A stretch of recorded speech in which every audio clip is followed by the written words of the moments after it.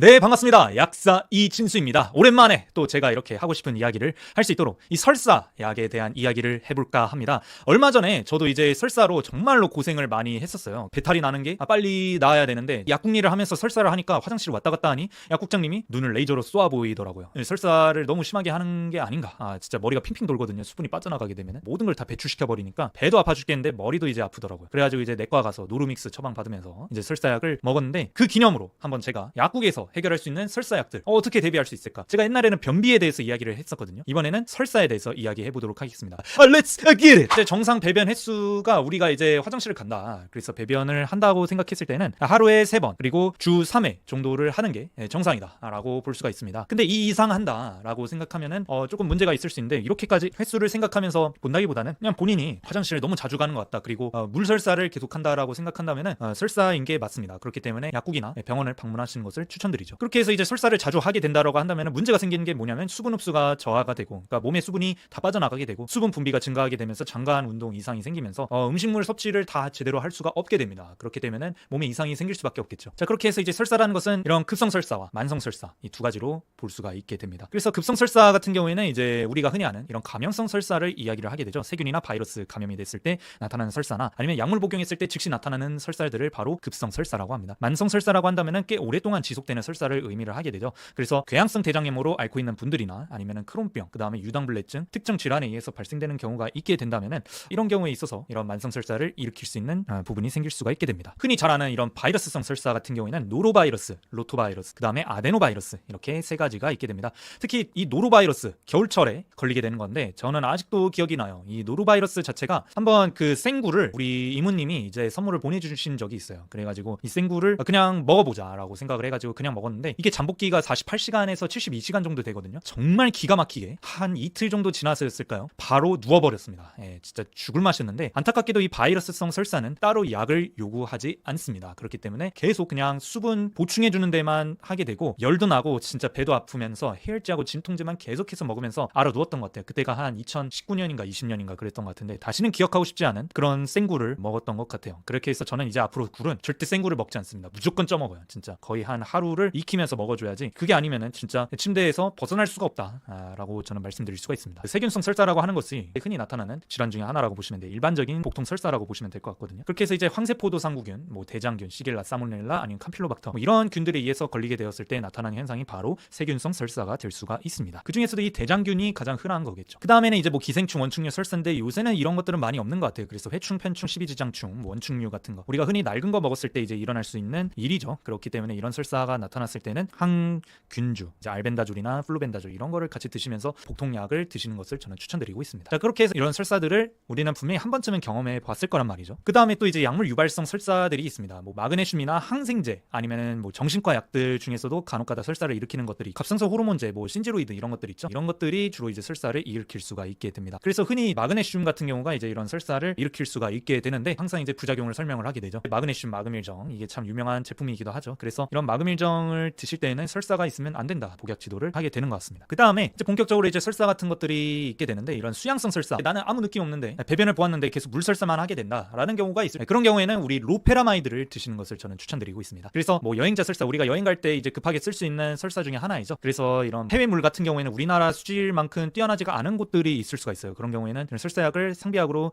가지고 다니는 게 제일 좋을 수가 있겠죠. 그래서 이런 효과 빠른 지사제라고 하는 이 로페라마이드 같은 경우에는 주의사항이 있을 수가 있습니다. 이런 9살 미만, 그러니까 흔히 말하는 이런 초등학교 저학년 아래 있는 이런 친구들 같은 경우에는 신중 투여를 해야 되고 3살 미만은 아예 복용을 하지 말아야 된다고 우리는 배웠죠. 그 다음에 이제 졸음이 올 수가 있습니다. 조금 어지러울 수 있어요. 그래서 이런 운전할 때 이런 로페라마이드를 드시는 거는 가급적 조심해야 된다라고 저는 말씀드릴 수가 있게 되고요. 그 다음에 이제 로페라마이드 같은 경우에는 이제 급성 설사가 일어났을 때 주로 드실 수가 있게 되는데 이틀이나 아니면 만성 설사를 계속 하는데 약을 드셨는데도 효과가 없다라고 한다면 중단을 하시고 병원을 방문해 주시는 것이 좋습니다. 그 다음에 이 로페라마이드를 먹는 방법은 2알을 먼저 드셔보시는 거예요. 로페라마이드 보통 2mg 할 거거든요, 한 알에. 그래서 2알을 먼저 먹고 그 다음에 설사가 안 멈추는 것 같다 그렇다고 생각하시면 한 알씩 추가를 해보는 겁니다. 그렇게 해서 하루 최대 8알까지 드실 수가 있게 되어요. 그렇게 해서 보통 이제 한 팩이 10개 들어있죠. 그러니까 보통 하루 이틀분이라고 생각하시면 될 것 같습니다. 그런데 저도 이제 이런 물설사를 하는 경우도 있긴 하지만 이런 복통이 있는 세균성 설사가 있는데 병원에 가지 못하는 경우도 있을 수가 있잖아요. 그런 경우에는 급하게 먹을 수 있는 설사약들이 약국에도 존재하게 됩니다. 그런 경우에 있어서 이제 비스무스나 베르베린, 아크리놀, 프로바이오틱스 이렇게 복합제로 지사제 성분들이 판매되고 있는 것들이 많죠. 이런 것들을 이제 복통 있는 세균성 설사에 주로 드실 수 있다라고 보시면 될 것 같고요. 혹은 이제 좀 더 너무 좀 심하다, 세균성 설사가 확실한 것 같다, 내가 전날에 회 같은 걸 먹었거나 아니면 낡은 고기 같은 거를 먹었었다라고 생각하시면은 이 니프록사지드라는 항생제 성분이 들어있는 이 지사제를 드시는 것을 저는 추천드립니다. 그렇게 해서 이제 상한 음식을 먹었는데 뭔가 좀 이제 세균성 설사를 해결할 수 있는 것, 참고로 세균성 설사에는 로페라마이드를 드실 수는 없습니다. 그래서 이 니프록사지드를 드시는 것을 저는 추천드리고 있거든요. 그리고 주로 어르신들이 많이 찾는 것 같은데 정로환 약이 있습니다. 그렇게 해서 정로환 F, 정로환 이렇게 판매가 되고 있는데, 이 정로환에 들어있는 성분이 가장 중요합니다. 크레오소트가 될 수 있는데, 참고로 정로환 F에는 크레오소트가 들어있진 않아요. 이 크레오소트라는 것은 결국에 이 장내 살균 소독의 주 역할을 하는 성분이 될 수가 있거든요. 그래서 이런 설사가 일어났을 때 정로환을 드셔보셔도 좋긴 하지만, 정로환의 가장 큰 단점은 냄새가 조금 독합니다. 냄새가 독해서 별로 좋아하지 않는 분들도 계시기도 해요. 그래서 앞에 나와 있는 이런 니프록사지드나 아니면 비스무스 복합제들, 이런 설사를 드시는 것을 저는 권해드리고 있긴 합니다. 복통 있는 세균성 설사로 추천드리는 것이 바로 이 스맥타이트 단일제 성분이거든요. 이런 스맥타이트 단일제 같은 경우에는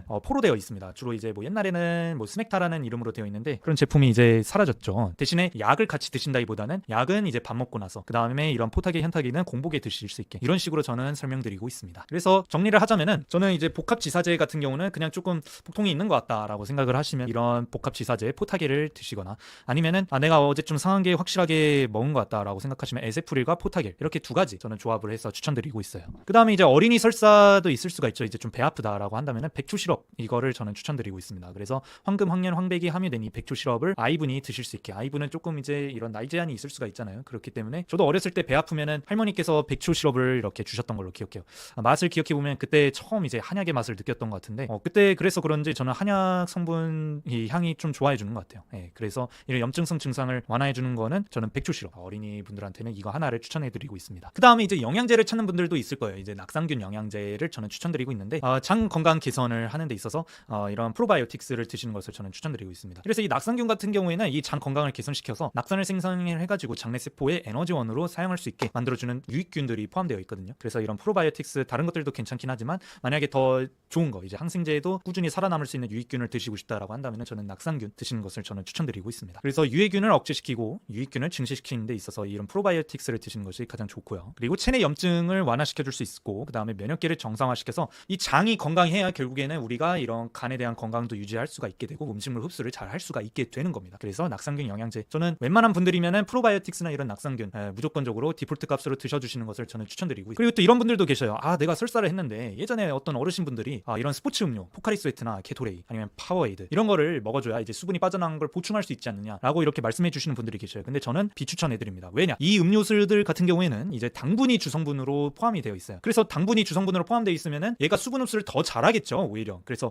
몸에 남아있는 수분 흡수를 더 잘할 수 있기 때문에 설사가 악화될 수 있다라는 겁니다. 그래서 저는 미네랄 보충할 때는 이런 스포츠 음료를 드시는 것보다는 차라리 보리차를 마시는 게 어떻냐라고 해서 저는 이런 식으로 추천해드리고 있거든요. 그래서 따뜻한 보리차를 마시면서 설사를 안 나타나게, 그러니까 설사를 하는 동안에는 보리차를 꾸준하게 마시는 것이 중요하다. 그래서 왜 할머니 집에 오렌지 주스 병에 보리차가 그렇게 많았는지 이제 이해가 될 것 같습니다. 이런 보리차가 얼마나 도움이 됐는지 저는 이 할머니들의 이 지혜가 엄청나지 않을까 저는 생각하고 있어요. 이렇게 해서 이제 설사약에 대한 이야기를 해봤는데, 저는 정리를 하자면은 이런 설사약을 구입할 때는 약국 안에서도 충분히 해결할 수 있는 부분들이 있다, 저는 말씀드릴 수가 있고요. 그리고 보리차를 충분하게 마셔주시면서 우리 낙상균 영양제를 함께 드신다면은 제가 장 건강을 유지하면서 최대한 설사가 안 나타날 수 있게 만들어줄 수 있지 않을까 생각하면서 오늘 영상은 여기까지 하도록 하겠습니다. 구독과 좋아요, 알림 설정까지 같이 해주신다면은 제가 영상을 만드는 데 있어서 정말로 크나큰 힘이 될 수 있을 것 같습니다. 지금까지 약사 이진수였고요. 저는 다음 영상에서 찾아뵙도록 하겠습니다. 안녕.